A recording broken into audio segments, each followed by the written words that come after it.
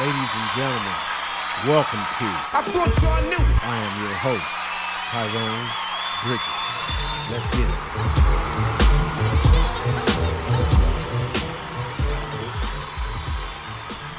Welcome to I Thought You Knew. This is Tyrone Bridges, and I'm your host today, and I'm here with Senator Jeff Irwin.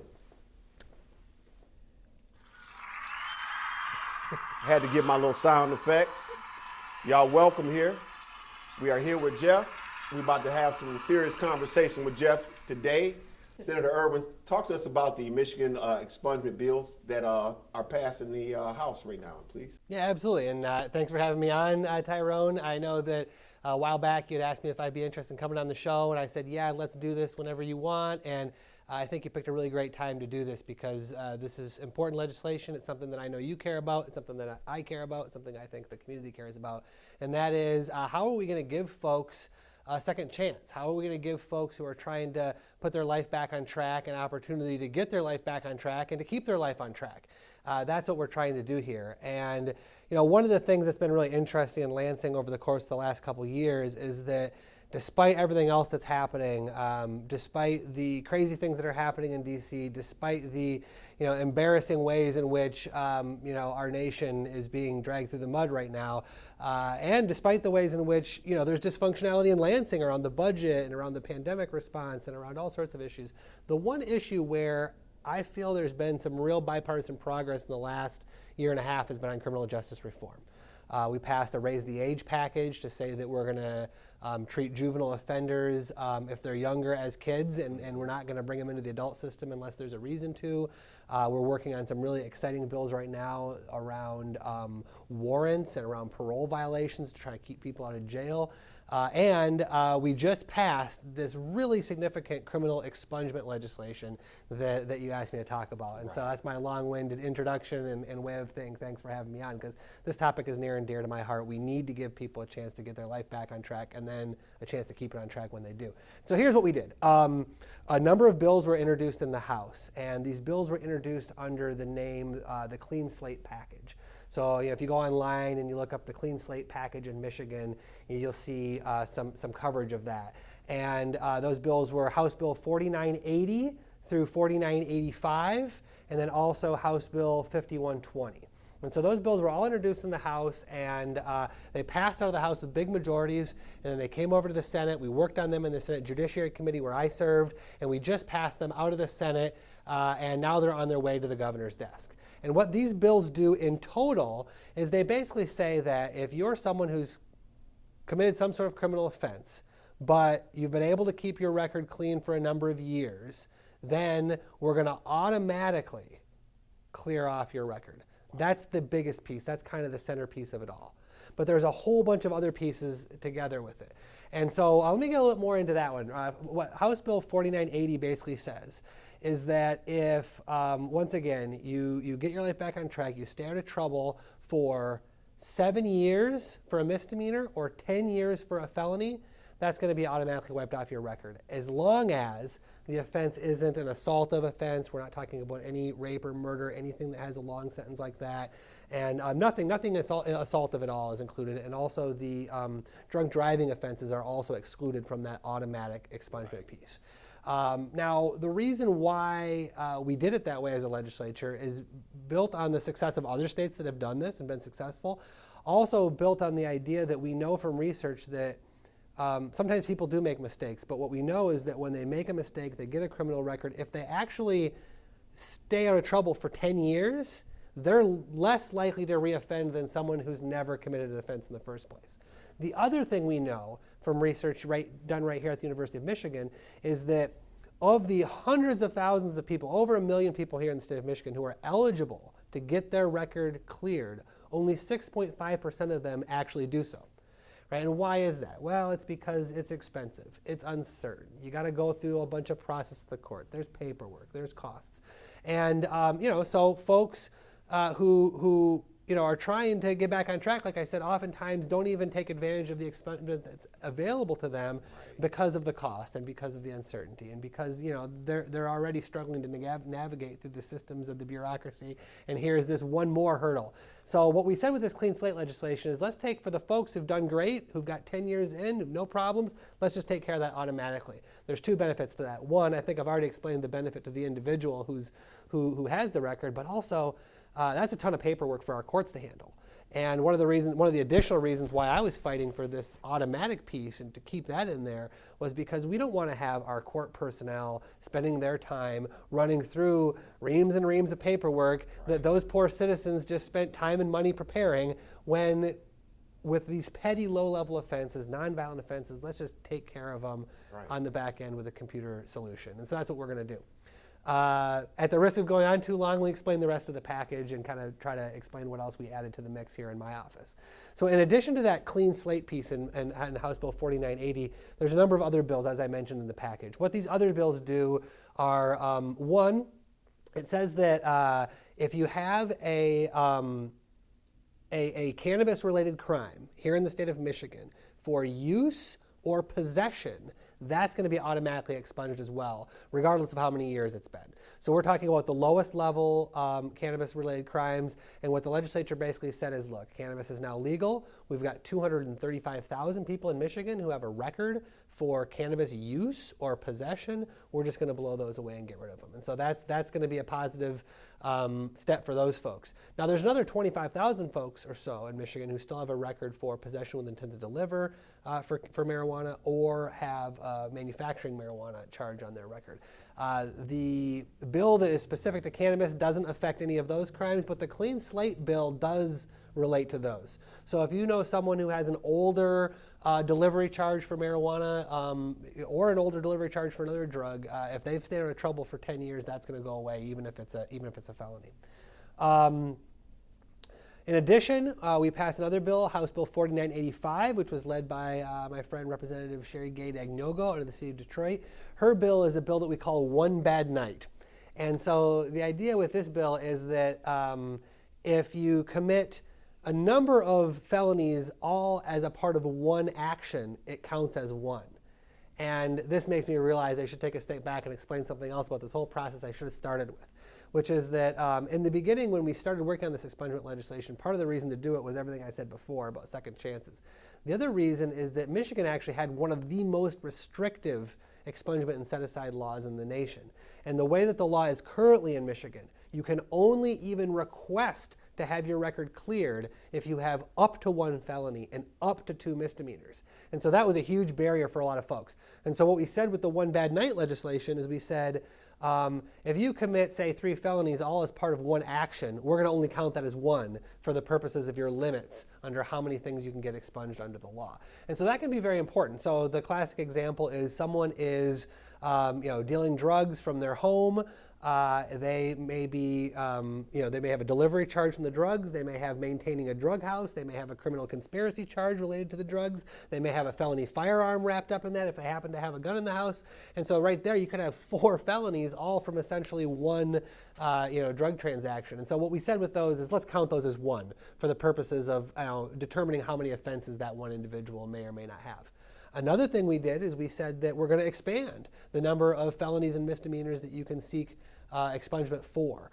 And we expanded those numbers. And it's a little bit complicated because it depends on what sort of class your crime is in. But the way it generally works now, if the governor signs this legislation, is that you're going to be able to commit up to a couple felonies and still be able to request that your record be expunged. And if you commit a felony that is maybe a drug crime, but then also over here maybe an embezzlement, those aren't going to count against each other because they're in different classes. And then, so that's essentially a broad overview of what these 5 bills did in total. And these 5 bills are probably going to affect maybe up to 1 million people. These bills are on their way to the governor's desk. I expect that she's going to sign them. And the process going forward is going to be that individuals who want to apply for a set-aside of their record or an expungement and want to apply under the expanded opportunities provided in these proposals can do so immediately as soon as the governor signs it. However, the automatic piece is probably going to take maybe up to 2 years for it to fully get into place. First, the legislature has to appropriate funds in the next budget to pay for the coding and the programmers and the database work to get it done, and then it has to actually be done. And that process of doing it and getting the funding in place, is probably going to take 6 months to a year, and then actually, doing it is going to take some time as well. And so, I've been telling folks, a good rule of thumb might be 2 years for the automatic, but I'm also trying to be not too optimistic about the timeline, but also not give folks a sense of, that it's going to happen immediately when it's really not. Senator Irwin, please tell us the difference between set aside of your conviction and expungement. Oftentimes what happens is that people will use the term expungement and the term set aside interchangeably. And I just want to take pains to explain that there is technically a difference. So some states have an expungement statute. Michigan doesn't actually have an expungement statute. Michigan has a set-aside statute. And what that means, the distinction is that expungement implies that the record is actually obliterated and that it's gone forever. That's not actually what we do in Michigan. In Michigan, we set aside criminal records, which means that they are made non-public. And so the relevance of that is that that record is still there if you reoffend. So say, for instance, you commit a new crime, the prosecutor is going to see that you had that old expunged crime there. Also, for certain jobs, if you try to go get a job at the FBI, for instance, they're going to be able to see that. If you try to get a job with state police, they're going to be able to see that. So law enforcement still has access to the non-public record in those cases. One other piece I really want to add before getting into your questions, Tyrone, is that one of the things that happened is when this legislation started moving, I did a couple of things. One, even before the legislation started moving, I introduced legislation on criminal expungements in Michigan, Senate Bill 416, related to the cannabis issue.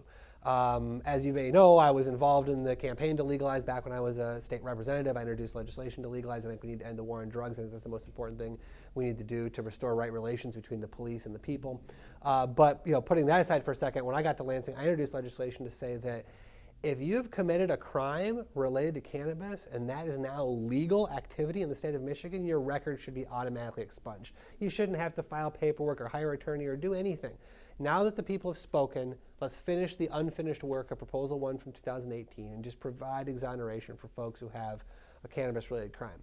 Now, what happened was, in the legislation that was actually passed, House Bill 4982, the relief that the legislature provided, the specific and immediate relief that the legislature provided, was really only for those lower-level cannabis crimes, simple possession and use.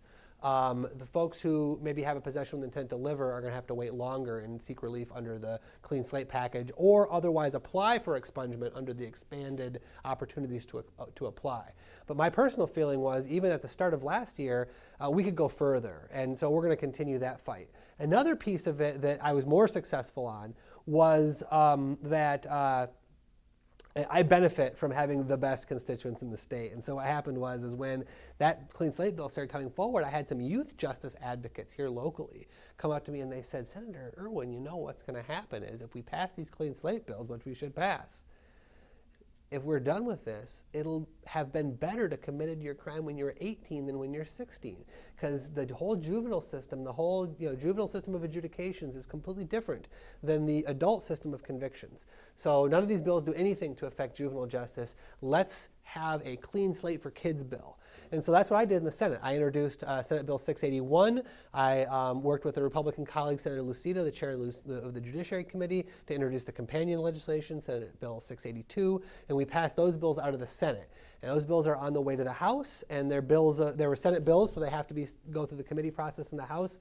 But I'm hopeful that those bills will make it to the governor's office as well, because once again, what we're trying to do with Senate Bill 681 and 682 is say the same sort of idea should apply to kids, which is that if you make a mistake when you're young, but you make every effort to get yourself back on track, that your record should be cleared if you show success with that.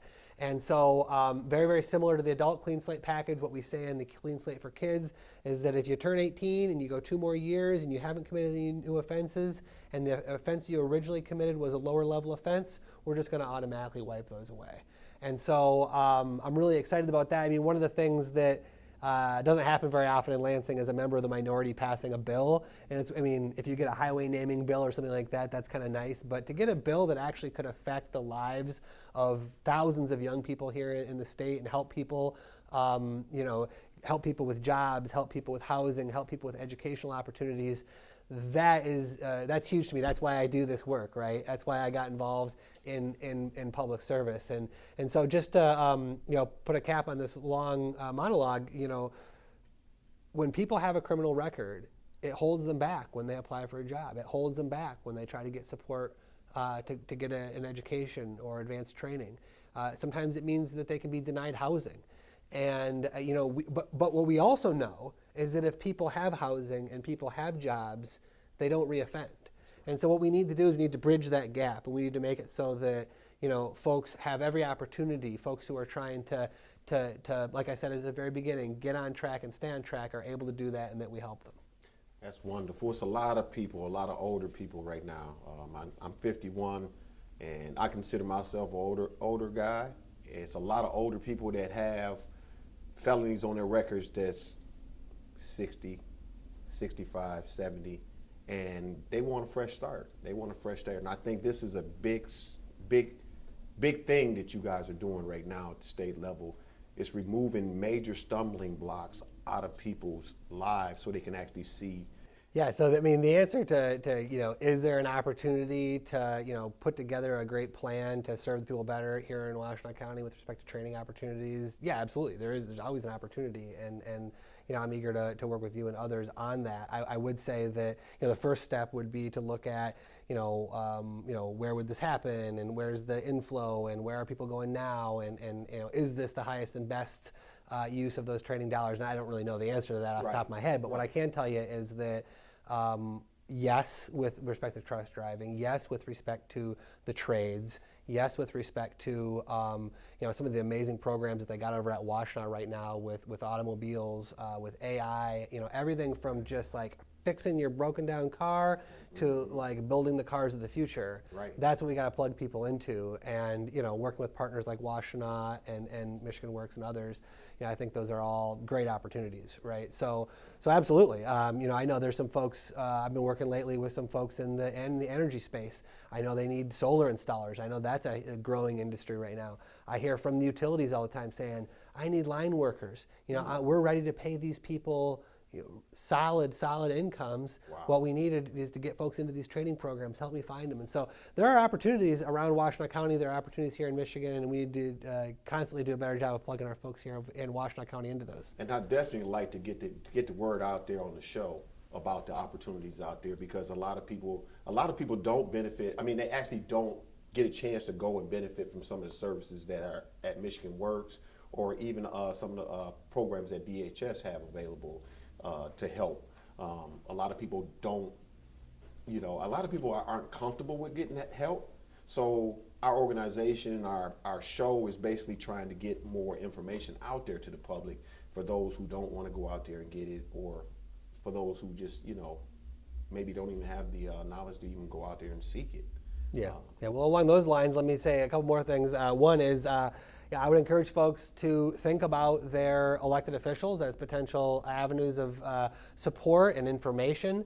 If you're out there and you're struggling to navigate state government, you should reach out to your state legislators. Ask us for help.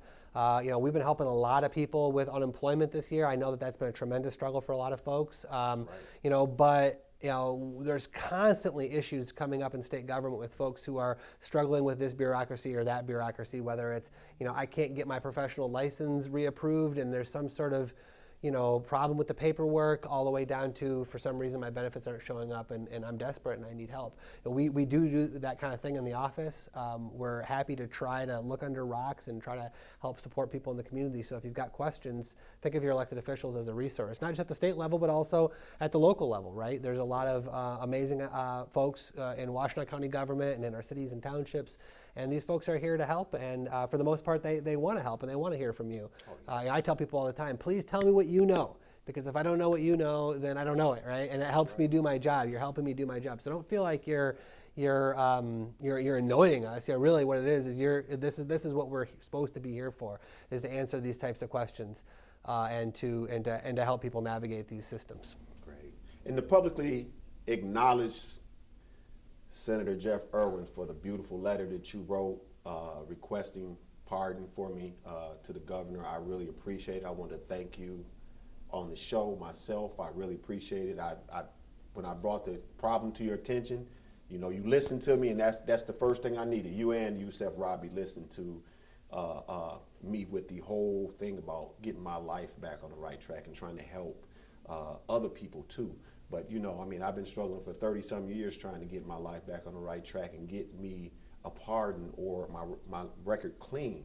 I've been out here doing work, and constantly, I'm gonna always do work, but I want to do more work. I want to be able to do more work and help other people like myself that's trying to turn their life around and get their life on the right track, and then even reach down and help some of these kids in the community, because we need people like myself, not necessarily people, elected officials, but y'all need to allow us to be out there in the streets and help these youth and turn them, show them, look, hey, you can do wrong, but we can show you the right thing. You don't have to do it all the time, do crime all the time. You can do positive things, and make that connection. Our program now, we are like life coaches to a lot of these youth. A lot of these youth need life coaches. They don't have fathers. They need people in their lives that's actually going to show them the right way. I didn't have a father at the time when I went and got locked up. If I'd had that father figure right then and there, I wouldn't have went down that road.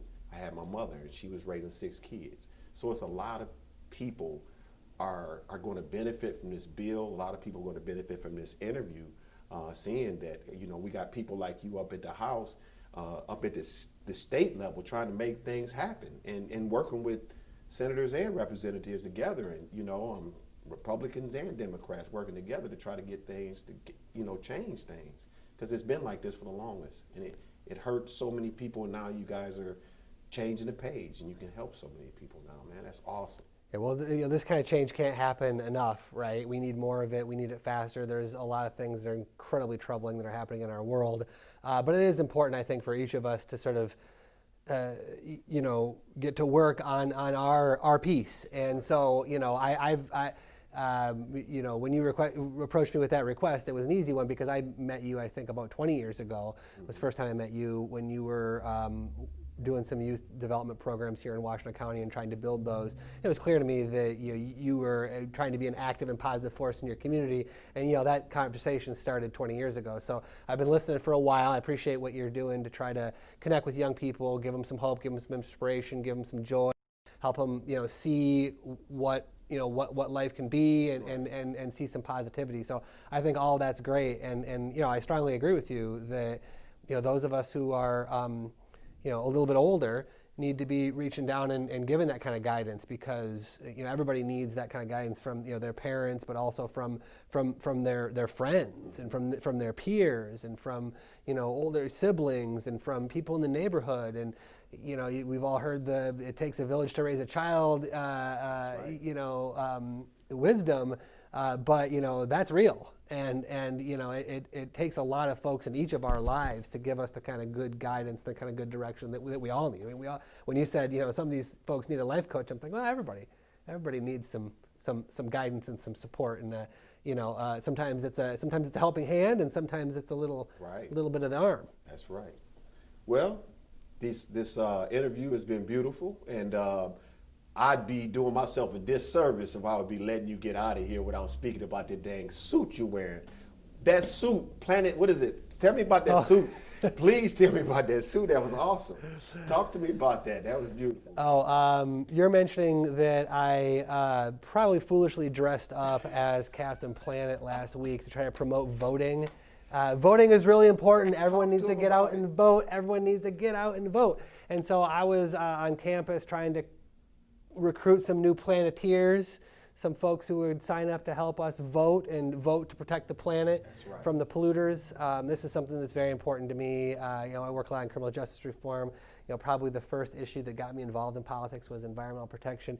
We really need to be protecting our water and our air for future generations and for the current generation. I mean, for our own health, but also the health of, the children of our children's children who will never know. That's right. And so that's very, very important to me. And that's part of how I got tricked into it. But the real story is, somebody reached out to me and said, would you be willing to dress up as a superhero? And my first response was absolutely not. I won't do that.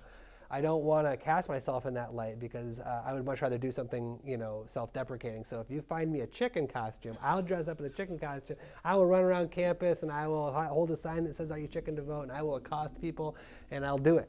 And so then, the answer came back, well, I couldn't find the chicken costume, but I found this Captain Planet costume, and you're going to be great. And so, sometimes the show must go on, and I'm a fool for public service. And even though I did look a little bit like a Captain Planet who'd been stress eating for the last 4 years under Pruitt and Trump, I did my best because it's really important that people know that they can go and early vote. You can go and vote right now. You can go down to a clerk's office, you can walk right in, you can fill out your ballot, you can get it in there, you can make sure it's counted. And I think it's particularly important that we increase turnout every year, but it's particularly important that we increase turnout this year. We know that in Michigan the difference was 10,600 votes, I think, in 2016. And we might be able to squeeze that many additional votes out of Washtenaw County if we properly engage people in what's at stake in this election, all the way from the top of the ballot, all the way down to the bottom of the ballot. It's not just these important issues about criminal justice and are we going to give people a second chance, but it's also, are we going to have clean air and water for us to drink? Are we going to have health care? Are we going to have an economy that's actually fair to working people where you can go out and work a job and pay for a roof over your head and food to eat? Right now we have a broken economy that doesn't work for people. And so, that's what's at stake. It's incredibly important that people, get past the miasma of negativity that is out there right now with this election and get out there and vote for some hope and change. We need a whole lot more of that now. That's right. Like he said, vote like your life depends on it, y'all. Look, I'm not going to hold it against him about the suit. I love him. He's my superhero for helping me out. He's been on my phone speed dial. I can pick up the phone and call him. Jeff is my man. He's always going to be my man. And look, we are not the same color. You see, it works. We love one another as people. He loves me as a human being. I love him as a human being. And I reach out to him all the time. And I really appreciate you, man. I wanted this interview to be the first interview with you, live videotaped here at the Ypsilanti City Hall Chambers here at the beautiful downtown Ypsi. This is a beautiful chamber, and we having a great time here with Senator Jeff Irwin, and I really thank you for this interview. Thank you for the information to the public.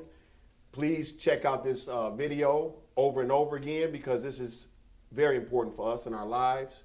And Senator Jeff Irwin, thank you very much. I really appreciate you. Yeah, thank you to the City of Ypsilanti for hosting us. Thank you, Tyrone Bridges. Pleasure.